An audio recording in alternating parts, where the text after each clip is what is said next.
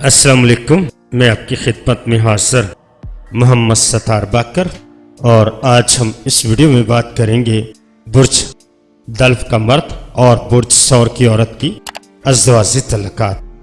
دلف اور ثور کا ساتھ ہوا اور مٹی کا ساتھ ہے۔ دونوں عنصر باہمی طور پر کوئی موافقت نہیں رکھتے بلکہ ایک دوسرے کے مخالف ہیں۔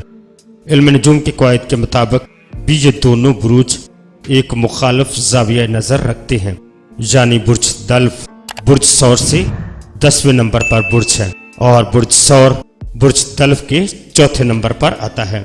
برج ثور کی عورت اپنے مثبت پہلوؤں میں نرم دل، عملیات پسند، فنکارانہ مزاج، محتاط، قابل اعتماد اور وفادار ہوتی ہے، جبکہ اپنی منفی خصوصیات میں ضدی اور اکڑ، دنیا دار، تنگ نظر، کاہل اور خود بین، دوسروں پر غلبہ پانے کی خواہش مند ہوتی ہے۔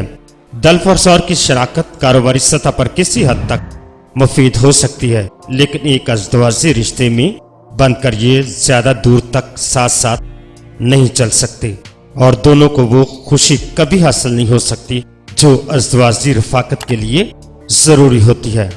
دلف کی تغیر پذیری طبیعت ثور کی مستحکم مزاج فطرت کے لیے ناقابل برداشت ہوگی، جبکہ ثور کی کفایت شاری بہت جلد دلف کو اعصابی مریض بنا دے گی۔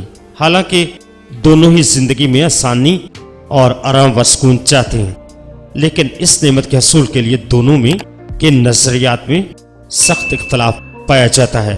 ثور کے لیے یہ بات تکلیف دہ ہوگی کہ دلف اسے اپنے رازوں میں شریک کرنے پر آمادہ نہ ہو اور نہایت خود مختارانہ انداز میں اپنی دلچسپیاں جاری رکھے، جبکہ دلف کی یہ بات کبھی پسند نہیں آئے گی کہ ثور اسے صرف اپنی ذات تک محدود رکھنے کی کوشش کرے۔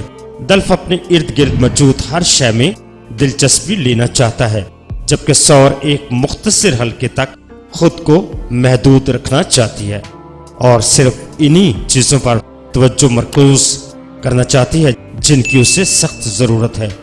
ان دونوں کے درمیان ایسے ہی دیگر اختلافات اور تضادات ایک خوشگوار کامیاب رفاقت میں رکاوٹ بنتے ہیں، چنانچہ ان کے لیے ایک دوسرے سے دور رہنا ہی بہتر ہے۔